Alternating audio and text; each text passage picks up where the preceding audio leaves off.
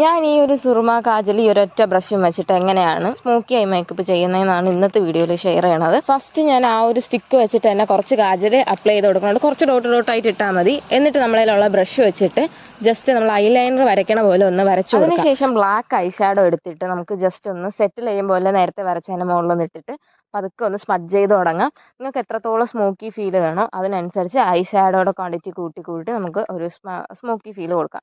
ഞാൻ വലിയ രീതിയിൽ സ്മോക്കി ചെയ്യാറില്ല, കുറച്ച് ജസ്റ്റ് ഒന്ന് എനിക്ക് സ്മോക്കി ഫീൽ കിട്ടണത് എനിക്ക് ഇഷ്ടമുള്ളൂ. പിന്നെ വാലിട്ട് എഴുതണം എന്നൊക്കെ ഉണ്ടെങ്കിൽ ഈ ഒരു സ്മഡ്ജ് ചെയ്യണ സമയത്ത് താഴോട്ടും കൂടെയൊക്കെ ഒന്ന് കണക്ട് ചെയ്ത് വരച്ചൊന്ന് വാലിട്ട് എഴുതി കൊടുക്കാം. പിന്നെ ഇവിടെ ശ്രദ്ധിക്കേണ്ട കാര്യം, നമ്മൾ ഒരിക്കലും കാജൽ എടുക്കുമ്പോഴത്തേക്ക് സ്മഡ്ജ് പ്രൂഫ് ആയിട്ടുള്ള കാജലൊന്നും എടുക്കരുത്. ഒന്നുമില്ലെങ്കിൽ നമ്മൾ സാധാരണ ഐടെക്സിൻ്റെയൊക്കെ റൗണ്ടിലുള്ളത് കരി വാങ്ങിക്കാൻ കിട്ടില്ല, കൺമഷി, അത് ഉപയോഗിച്ചായാലും നല്ലപോലെ സ്മോക്കി ചെയ്യാൻ പറ്റും. പിന്നെ നമ്മൾ ഈ ഐ ഷാഡോ ഇടുന്നതുകൊണ്ട് തന്നെ നല്ലപോലെ സ്മഡ്ജ് പ്രൂഫ് ആയിട്ട് ഇരിക്കുകയും ചെയ്യും. ഞാൻ യൂസ് ചെയ്യണത് ബ്ലൂ ഹെവൻ്റെ സുറുമ കാജൽ പേസ്റ്റ് ആണ്. അപ്പോൾ നിങ്ങൾ എന്തായാലും ട്രൈ ചെയ്ത് നോക്കുക. അപ്പോൾ നമ്മുടെ അക്കൗണ്ട് ഫോളോ